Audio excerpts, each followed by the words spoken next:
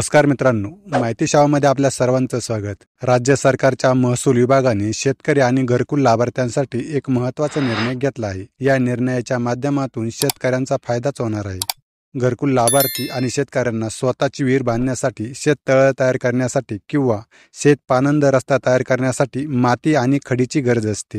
यासाठी पैसेही खर्च करावे लागतात, परंतु आता हीच माती आणि खडी म्हणजे गौण खनिज रॉयल्टी फ्री मिळणार आहे। महसूल विभागाने याबाबत निर्णय घेतला असून शासन निर्णय जारी केला आहे। राज्यातील गावतळी, पाझर तलाव, बंधाऱ्यातील गाळ आणि माती शेतकऱ्यांनी त्यांच्या शेतात वापरली तर त्यांना रॉयल्टी आणि अर्ज फी आकारू नये। शेतकऱ्यांना स्वखर्चाने गाळ माती घेऊन जाण्यास परवानगी द्यावी, असे शासन निर्णयात म्हटले आहे। महामार्गाएवढेच शेत पाणंद रस्ते सुद्धा महत्त्वाचे आहेत, त्यामुळे पाणंद रस्ते तयार करण्यावर सरकारचा भर आहे। यासाठी शेतकऱ्यांना मदतही केली जाते।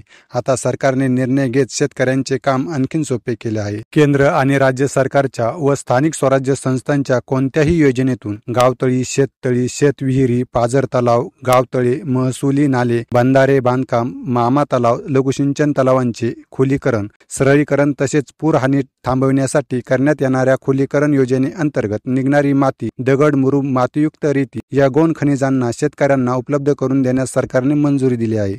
राज्य शासनामार्फत राबवण्यात येत असलेली मातोश्री ग्राम समृद्धी शेत पाणंद रस्ते योजना विविध घरकुल लाभार्थी शेतकऱ्यांना स्वतःची विहीर बांधणे, संबंधित ग्रामपंचायत, नगरपालिका आणि अन्य सरकारी बांधकामासाठी गौण खनिज रॉयल्टी फ्री उपलब्ध होईल।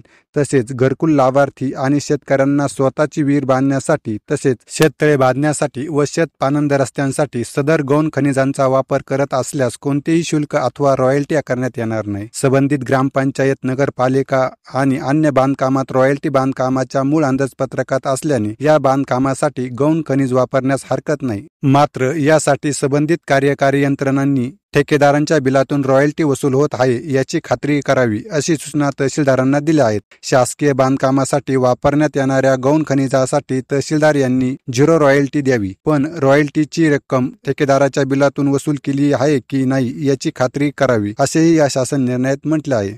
तर मित्रांनो, तुम्हाला ही माहिती आवडली असेल तर आपल्या मित्रांना शेअर करा, व्हिडिओला लाईक करा आणि आपल्या माहिती सेवा YouTube चॅनलला नक्की सबस्क्राईब करा। धन्यवाद।